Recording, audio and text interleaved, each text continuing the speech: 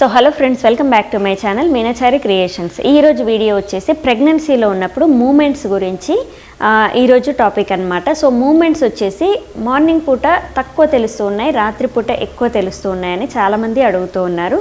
And పొద్దున్న నుంచి సాయంత్రం వరకు ఒక్క మూమెంట్ కూడా మాకు అర్థం అవ్వట్లేదు, నైట్ పూట మాత్రం చాలా యాక్టివ్గా తిరుగుతూ ఉన్నారు, ఎందుకు అని అడుగుతున్నారనమాట.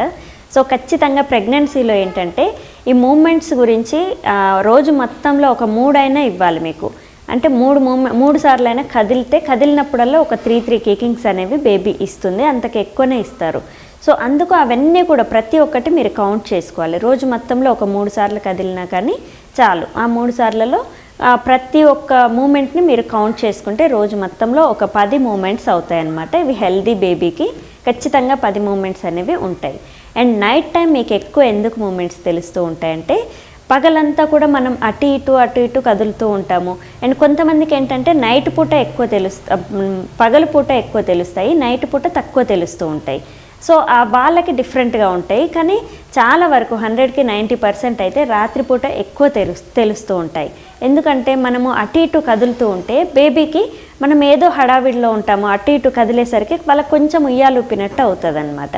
సో అటు ఇటు కదులుతూ ఉంటే వాళ్ళు భయానికి కొంతమంది కదలకుండా ఉంటారు, కొంత ఏంటంటే ఆ ఉయ్యాలు ఊపినట్టు అయిపోయి హాయిగా నిద్ర అనేది పోతూ ఉంటారు. మ్యాక్సిమం పగలపూట పడుకుంటూ ఉంటారు. బేబీ కడుపులో అయితే నిద్ర అనేది పగలపూట పడుకుంటారు. నైట్ టైం లేచి ఇంకా కాళ్ళు చేతులు కదిలియడము, ఆడుకోవడం ఇలాంటివి చేస్తూ ఉంటారు. మ్యాక్సిమం మనము పడుకున్నప్పుడు రెస్ట్ పొజిషన్లో ఉన్నప్పుడు మొత్తం సైలెంట్గా ఉంటుంది, పొట్ట కూడా కదలదు. సో పొట్ట ఎప్పుడైతే కదిలియకుండా సైలెంట్గా ఉంచుతామో ఆ టైంలో బేబీ మూమెంట్ అనేది ఇస్తూ ఉంటుంది. సో ఇది న్యాచురల్ అనమాట. మనం అటు ఇటు కదులుతూ ఉంటే గాబరాకి కూడా కదలకుండా ఉంటారు. సో మీకు పగలపూట ఎప్పుడైనా మూమెంట్ తెలియలేదనుకోండి, వేడివేడిగా లేదా చల్లగా ఏదైనా తీసుకొని కదలకుండా ఒక 10 నిమిషాలు లేదా 20 నిమిషాలు అస్సలు కదలకుండా లెఫ్ట్ సైడ్కి పడుకొని పొట్ట మీద ఒక చేయి పెట్టుకొని చూసుకోండి, ఖచ్చితంగా ఒక మూమెంట్ అనేది ఇస్తూ ఉంటారు. సో ఇలా హెల్దీ బేబీ అనమాట. సో హెల్దీ మూమెంట్స్ అవి.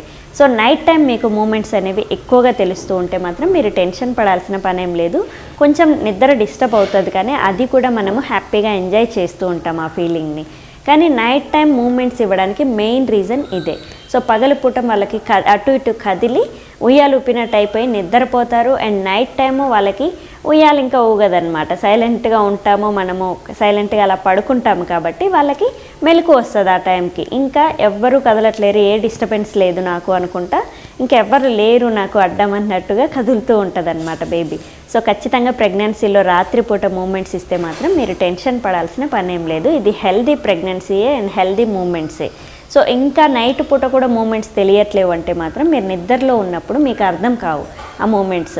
సో ఖచ్చితంగా సో ఇలా ప్రెగ్నెన్సీలో రాత్రిపూట మూమెంట్స్ అనేవి ఎక్కువగా తెలుస్తూ ఉంటాయి అన్నమాట. అందుకే సో చూసారు కదా ఈరోజు వీడియోలో ప్రెగ్నెన్సీలో మార్నింగ్ అండ్ నైట్ టైంకి డిఫరెన్స్ ఏంటి, అండ్ రాత్రిపూట కదలికలు ఎక్కువగా ఎందుకు తెలుస్తూ ఉంటాయనే దాని గురించి ఈరోజు వీడియో. సో రేపటి వీడియోలో ఇంకొక మంచి టాపిక్తో మీ ముందుకు వస్తాను. Thank you. Please subscribe my channel Meenachari creations. Thank you.